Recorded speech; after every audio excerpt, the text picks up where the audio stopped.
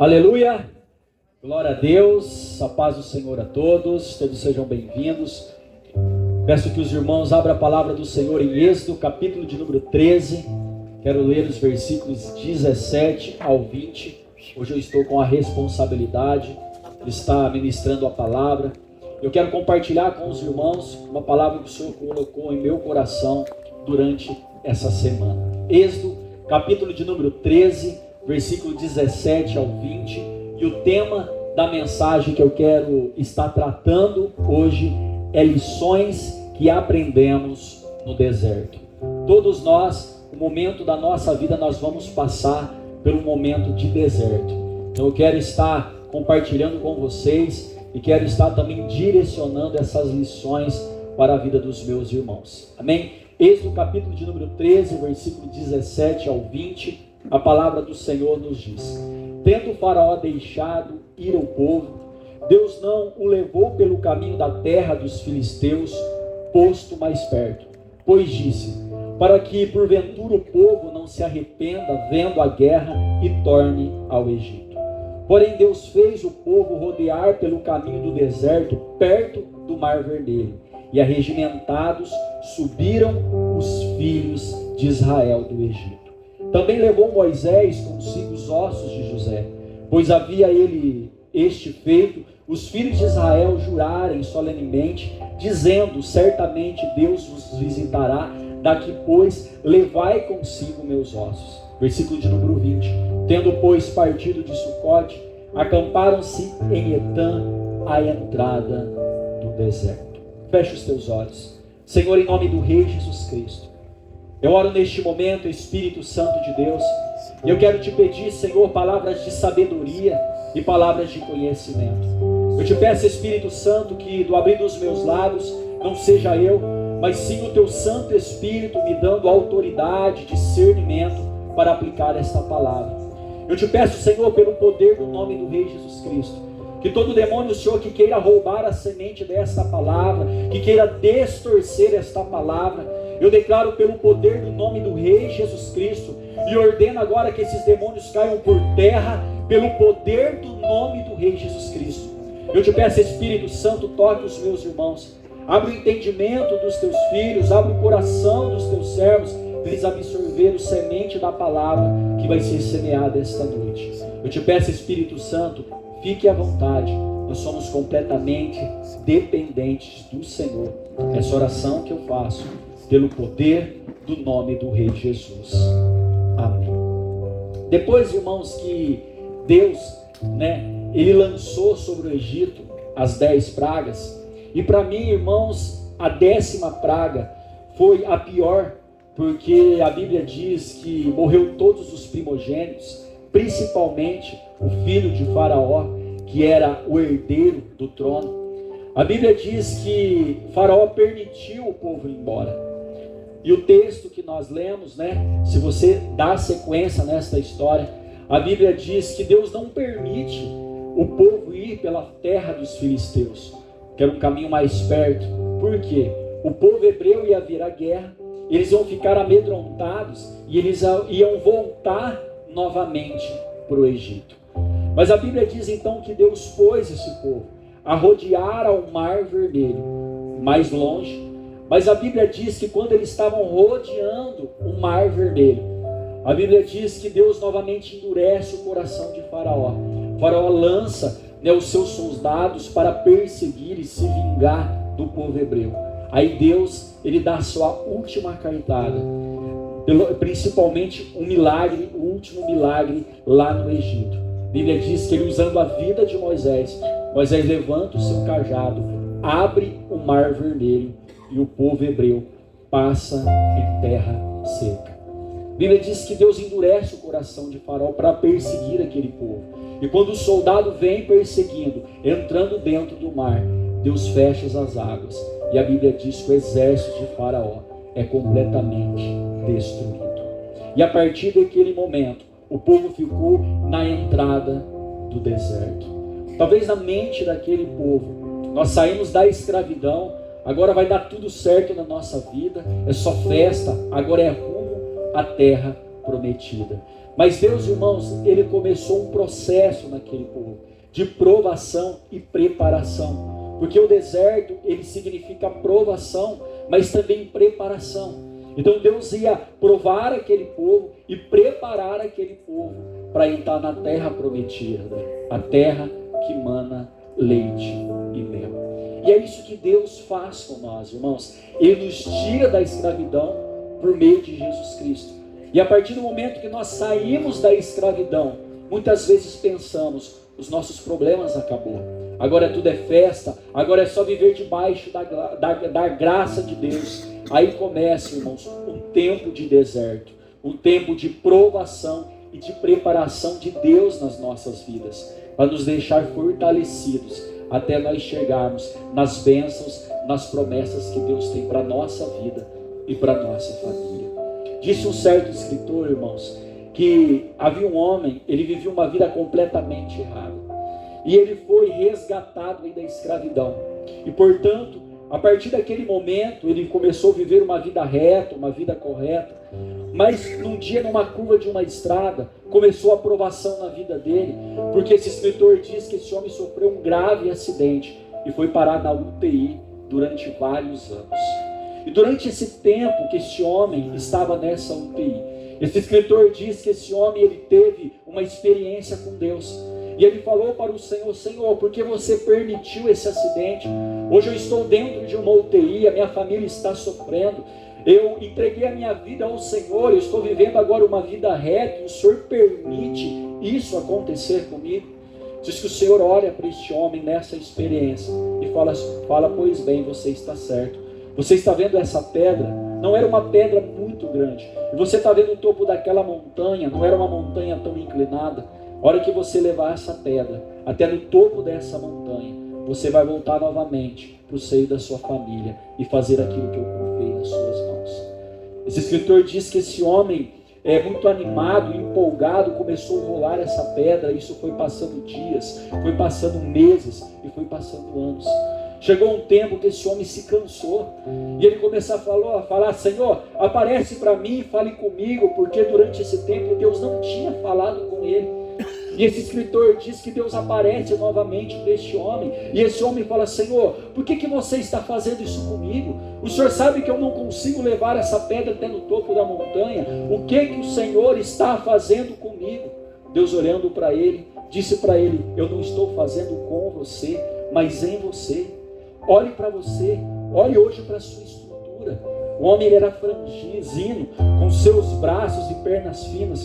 Quando ele se deparou, ele estava com as suas pernas torneadas, os seus braços fortes, um corpo completamente diferente, porque aquela pedra preparou ele. Deus olhou para ele e disse: não é o que eu estou fazendo com você, mas em você. Você vai sair dessa UTI, você vai para o seio da sua família e você vai viver aquilo que eu tenho para a sua vida, porque agora você está preparado. Então todos nós, irmãos, passamos pelo deserto. E muitas vezes nós começamos a pensar: por que eu entreguei a minha vida a Cristo? Porque hoje eu estou servindo o Senhor e as coisas estão tão difíceis.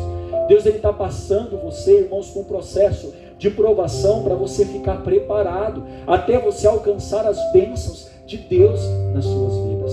Então todos nós vamos passar pelo deserto. Eu creio que todos vocês estão no deserto ou já passaram por ele. Quem aqui está no deserto? Levanta a mão. Aleluia. Então, irmãos, é sobre o tema que eu quero tratar esta noite. Que lições que aprendemos no deserto? Amém? Então, primeira lição que nós aprendemos no deserto: que Deus, ele é digno de toda confiança. Então, primeira lição que nós aprendemos no deserto: que Deus, ele é digno de toda confiança. Êxodo capítulo 13, versículo 21 e 22, olha o que o texto diz: o Senhor ia diante deles durante o dia, numa coluna de nuvem para os guiar pelo caminho, e durante a noite numa coluna de fogo para os alumiar, a fim que caminhassem de dia e de noite. Agora presta atenção no versículo 22. Nunca se apartou do povo a coluna de nuvem durante o dia, nem a coluna de fogo durante a noite. Deus, irmãos, ele é digno de toda confiança. Deus ele nos coloca no deserto, mas Deus ele permanece no deserto com nós, nos ajudando. Porque a coluna de nuvem e a coluna de fogo eram manifestações da presença de Deus, guiando e conduzindo o seu povo. Então, irmãos, Deus ele é digno de confiança, porque Ele coloca você no deserto para passar por um tempo de provação, mas Ele não vira as costas para você, porque a Bíblia diz que nunca se apartou do povo. A presença de Deus manifesta sobre a coluna de nuvem e a coluna de fogo. Quando aquele povo, irmãos, passaram sobre o mar vermelho, a Bíblia diz que a coluna de nuvem e a coluna de fogo, isso está no capítulo de número 17, a Bíblia diz que a coluna de nuvem e de fogo ia à frente, e quando eles entraram dentro do mar, irmãos, a coluna de nuvem e de fogo foram para trás, porque a coluna de fogo clareava o povo na trajetória dentro do mar em terra seca, e a nuvem ela era escura e impedia a claridade clarear o povo do Egito, os soldados do Egito. Então eles ficaram perdidos na escuridão. E muitas vezes nós pensamos, eles passaram o mar vermelho. Certos estudiosos dizem que o mar vermelho, a largura dele, mais ou menos na base aonde eles passaram, dava aproximadamente uns 30 quilômetros. Então eles demoraram horas para passar. E a fidelidade de Deus, a presença de Deus manifesta, trouxe a coluna de fogo para trás, clareando aquele povo. A coluna de nuvem para trás, tampando a visão dos soldados de Faraó. Olha a fidelidade de Deus. Irmãos, Deus ele te leva você para o deserto e Ele não vira as costas para você. Em Salmos 37, versículo de número 5, olha o que Davi disse. Salmos 37, versículo de número 5. Entrega o teu caminho ao Senhor, confia nele, no mais Ele fará. O que Davi está dizendo? Entrega a sua vida. Deus ele é digno de confiança. Entrega a sua casa, entrega a sua família, confia nele e mais Ele fará. Ele vai trazer as bênçãos para você. Ele vai estar com você no momento das lutas, no momento das tribulações, no momento do deserto que você está passando. Ele não vai virar as costas para você, porque a Bíblia diz que nunca se apartou do povo. Deus nunca se aparta de você. Muitas vezes é nós que viramos as costas para o Senhor e esquecemos que Ele é digno de toda a confiança. Salmo 127, irmãos, olha as palavras do filho de Davi, o sábio Salomão. Salmo 127, versículo 1 e 2. Olha o que a Bíblia diz. Se o Senhor não edificar a casa, em vão trabalha os que edificam. Permita eu explicar esse salmo, esses dois versículos, em 3 tópicos para os irmãos. Olha o que Salomão está dizendo, o sábio Salomão. Se o Senhor não edificar a casa, em vão trabalha os que edificam. O que Salomão está dizendo? Deus é o grande construtor. Então você precisa confiar no Senhor. Ele é digno de confiança, porque quem constrói a casa é o construtor. É Ele que tem o projeto, é Ele que está com a planta nas mãos dele. E Salomão, filho de Davi, o sábio Salomão, dizendo: se o Senhor não edificar a casa, se o Senhor não edificar a sua casa, a sua família, em vão trabalha os que edificam. Então o grande construtor, o nosso Senhor, Ele está com a planta na mão da sua casa, e é Ele que vai fazer o alicerce, é Ele que vai colocar tijolo por tijolo, é Ele que vai fazer toda a estrutura, porque Ele é digno de confiança, porque Ele é o grande construtor. Aleluia. Olha a segunda parte, irmão, do Salmo 127, versículo 1. Se o Senhor não guardar a cidade, em vão vigia a sentinela. O que Salomão está dizendo? Deus é o grande protetor. O que é sentinela é o guarda. E eu quero compartilhar com os irmãos algo que aconteceu comigo semana passada. Semana passada nós estávamos fazendo aqui o evento dos jovens. E no domingo pela manhã eu ministrar uma palavra para os jovens. Quando eu e minha esposa nós estávamos saindo de casa, tinha uma pessoa com uma situação de rua deitado no portão de casa. E eu conhecia aquela pessoa. Ela tem fama de roubar e sinceramente ela estava fazendo um rapa ali na cidade, principalmente próximo ali da minha casa. Quando nós olhamos aquilo, ficamos preocupados. Eu trouxe minha esposa e voltei novamente para casa. Eu falei, meu Deus, tem meu notebook, minhas coisas que eu estudo aqui. Se esse cara entrar agora, ele vai roubar. E a hora que eu estava subindo a escada, o Senhor falou comigo, Salmo 127, se o Senhor não guardar a tua casa, em vão vestir sentinela. O que o Senhor falou para mim?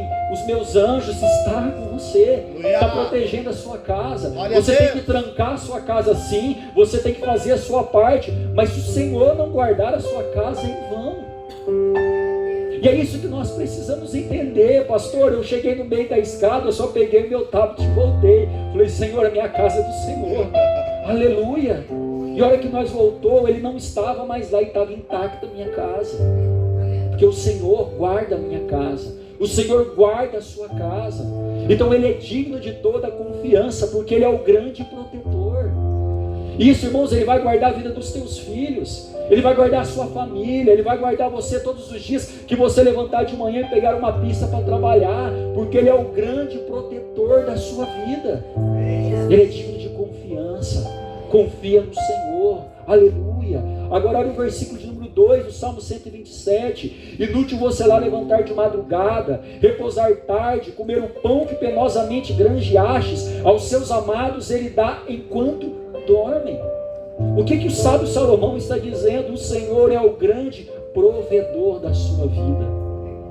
É Ele que traz a provisão. Aquele povo, irmão, foi sustentado no deserto durante 40 anos.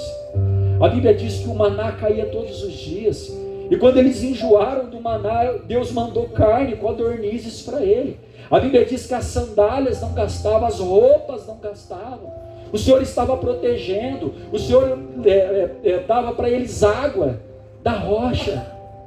Então o Senhor é o grande provedor daquele povo e da nossa vida. E é isso que nós precisamos entender. É isso que eu entendi. Hoje quem provê a minha casa é o Senhor. Por isso que hoje eu vivo na dependência dEle. Por isso que hoje eu sirvo ao Senhor e estou fazendo o que eu faço. Porque eu entendi que Ele é o grande provedor da minha casa. O salmista é bem claro: inútil vos será levantar de madrugada, repousar tarde, comer o pão que penosamente granjeastes através do seu suor. Aos amados ele dá enquanto dorme. Você não pode também pensar, não, peraí, agora eu vou dormir e Deus vai jogar o maná. Não é bem assim. Você tem que fazer a sua parte. Ficar firme na presença de Deus.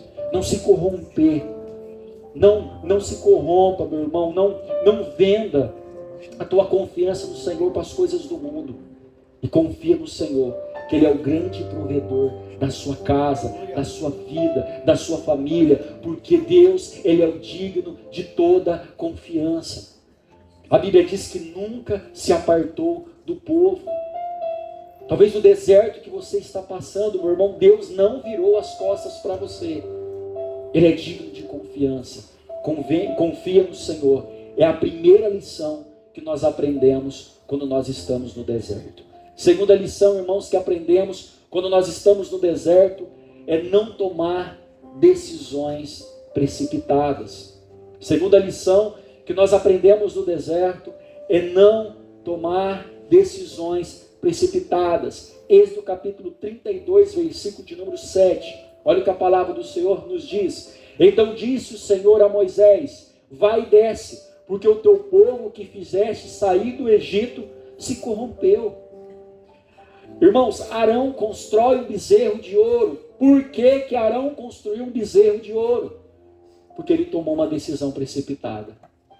A Bíblia diz que Moisés sobe no monte. A Bíblia diz que Moisés falando face a face com o Senhor. Deus escrevendo as tábuas da lei. O povo chega diante de Arão, fala: Arão, Moisés não volta.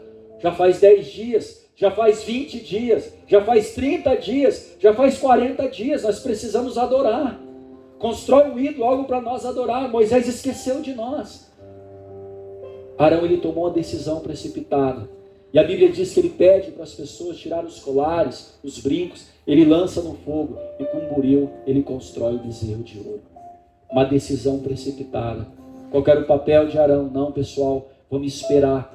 Tem uma ordem de Deus para esperar Moisés voltar. Não, ele tomou uma decisão precipitada e construiu o bezerro de ouro. E naquele dia morreu 3.000 pessoas. O próprio Moisés também tomou uma decisão precipitada. Quando o povo estava murmurando, falando: Moisés, nós estamos morrendo de sede. Se você nos tirou do Egito para nós morrermos de sede aqui nesse deserto, o que o Senhor fala para Moisés? Moisés, beleza, dá água para o povo, libera a palavra. Moisés se irrita e fere a rocha. Uma decisão precipitada. E olha a consequência dessa decisão precipitada que gerou para a vida de Moisés e para a vida de Arão. Em Números capítulo 20, versículo de número 12. Eu quero ler a Nova Tradução Linguagem de hoje. Olha o que a Bíblia diz. Porém o Senhor disse a Moisés e Arão: vocês não tiveram fé suficiente para fazer com que o povo de Israel reconhecesse o meu santo poder, e por isso vocês não vão levá-los para a terra que prometi dar a eles. O texto é bem claro. Uma decisão precipitada impediu de Moisés e de Arão entrar na terra prometida. Quando nós tomamos decisões precipitadas, irmãos, impedimos as bênçãos de Deus nas nossas vidas. Arão era um homem de Deus, Moisés um homem de Deus escolhido. Mas eles desobedeceram, o texto é bem claro. Porém o Senhor disse a Moisés e Arão: vocês não tiveram fé suficiente. A Bíblia diz que sem fé é impossível agradar a Deus. Então quando nós não temos fé, irmãos, nós não agradamos a Deus. E que Ele diz: vocês não vão levá-los, porque vocês desobedeceram, porque vocês não tiveram fé suficiente. Vocês não vão entrar na terra prometida. Então não podemos tomar decisões precipitadas, irmãos. Nós precisamos orar, confiar no Senhor e esperar o momento certo.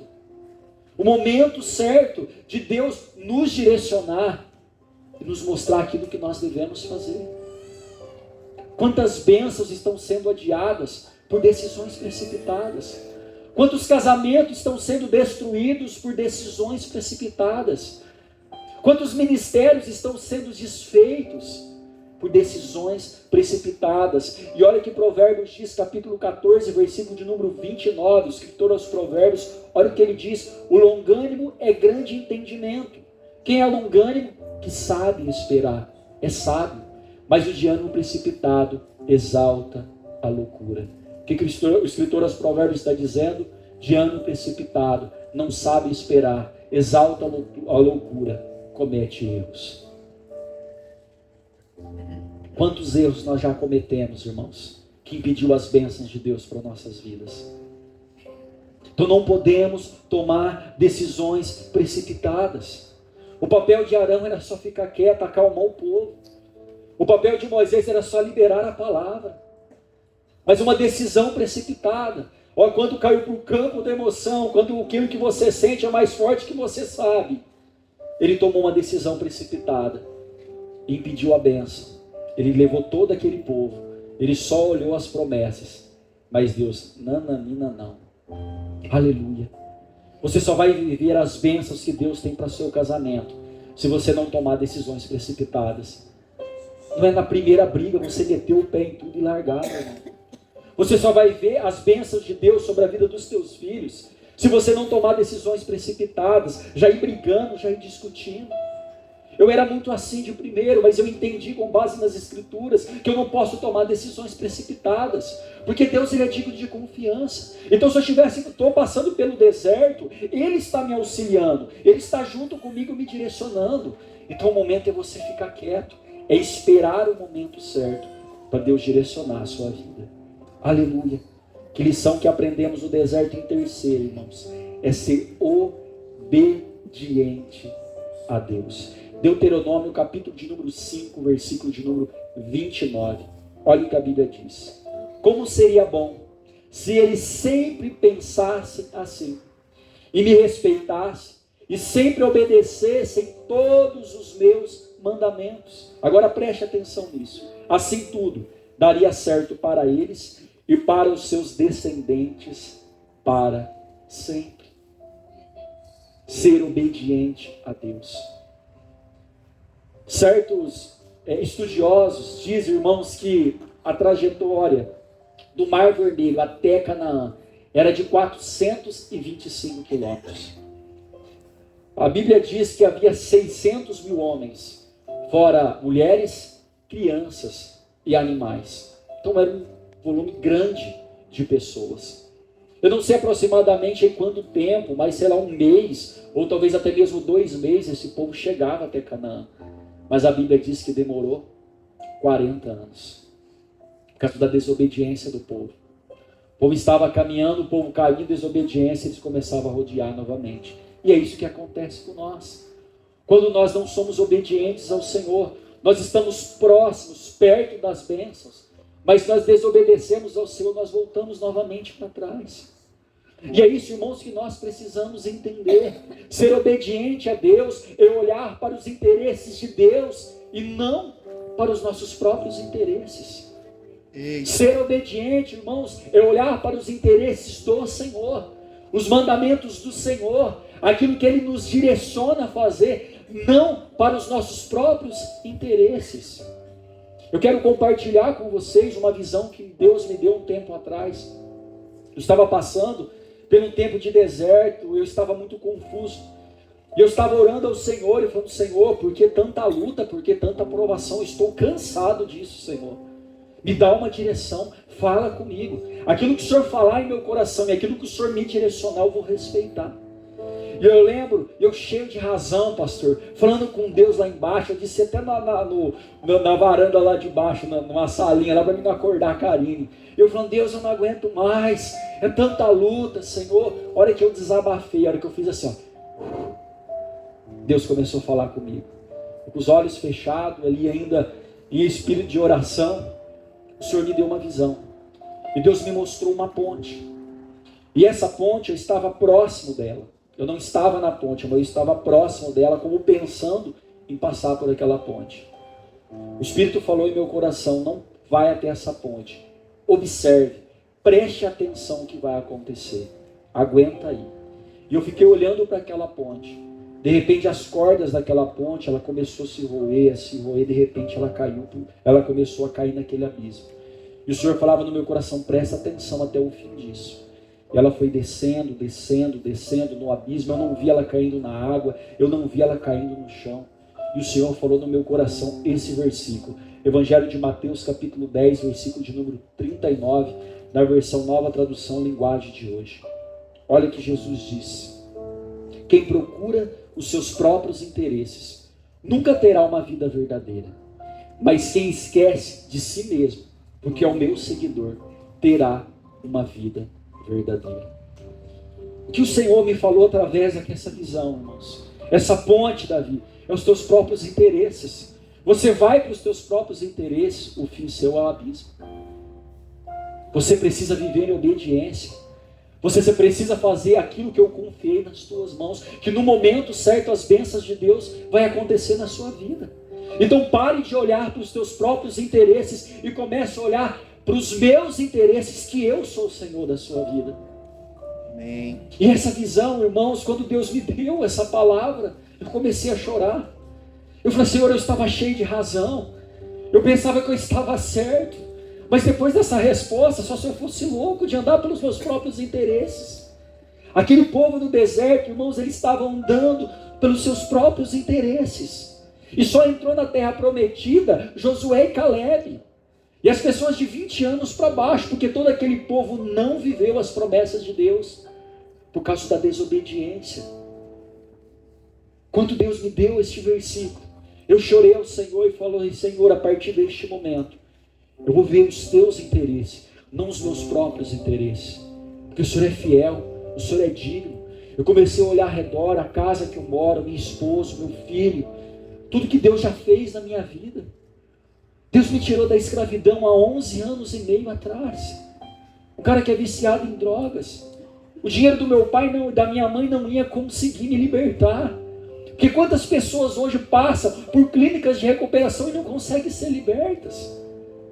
Eu entendi claramente, pastor, Deus me tirou da prisão, Deus me tirou do cativeiro, Deus me tirou da escravidão e me colocou no deserto. Agora é um processo aí de provação para me preparar, para mim viver aquilo que Deus tem guardado para mim. Amém. Eu já tenho vivido isso já. Glória a Deus. Mas tem grandes coisas. Nós vamos entrar, irmãos, na terra que emana leite e mel. Aleluia, aleluia, aleluia. E Deus tem só isso para a minha vida? Não tem para a sua também. tem para a sua. Então, a partir deste momento, sabe o que eu falei para Deus, Senhor? O Davi, Senhor, o Senhor é digno de toda a confiança. Eu não vou tomar mais decisões precipitadas. Eu vou ser obediente ao Senhor. Lições que eu aprendi no deserto, nessa caminhada de 3 anos, pastor. Desse jeito. Aleluia. Mas eu não sei, irmãos, o que você está passando, o que você está enfrentando. Eu tenho certeza que no deserto, se você não está, vai chegar um momento que você vai entrar no deserto. Pode ter certeza disso. Mas é isso que nós precisamos entender. Nós não podemos olhar para Deus como Deus fosse um carrasco que tirasse nós da escravidão, das mãos de Satanás, e depois ele ficasse humilhando nós através das provas. Não é isso. Deus, ele quer preparar você. Ele quer fortalecer você. Aleluia. Aleluia. Irmão, não tem vitória sem guerra. Não tem vitória sem batalha. O que seria, irmãos, de Moisés se não houvesse Faraó? O que seria de Davi se não houvesse o gigante Golias? O que seria Jesus se não houvesse a cruz? Mas o que eles olharam? Recompensa. No fim disso, vai ter uma recompensa. Moisés olhou para a terra que manava leite e mel. Davi olhou para não pagar mais atributo, casar com a filha do rei e ser rei de Israel, um homem segundo o coração de Deus. E Jesus olhou, o nome dele colocado acima de todo nome, para que todo joelho se dobra nos céus, na terra e debaixo da terra. Aleluia. Peço que a igreja fique em pé. Santo é teu nome, Senhor. Santo é teu nome. Santo, santo, santo, santo é teu nome. Santo é teu nome, Senhor.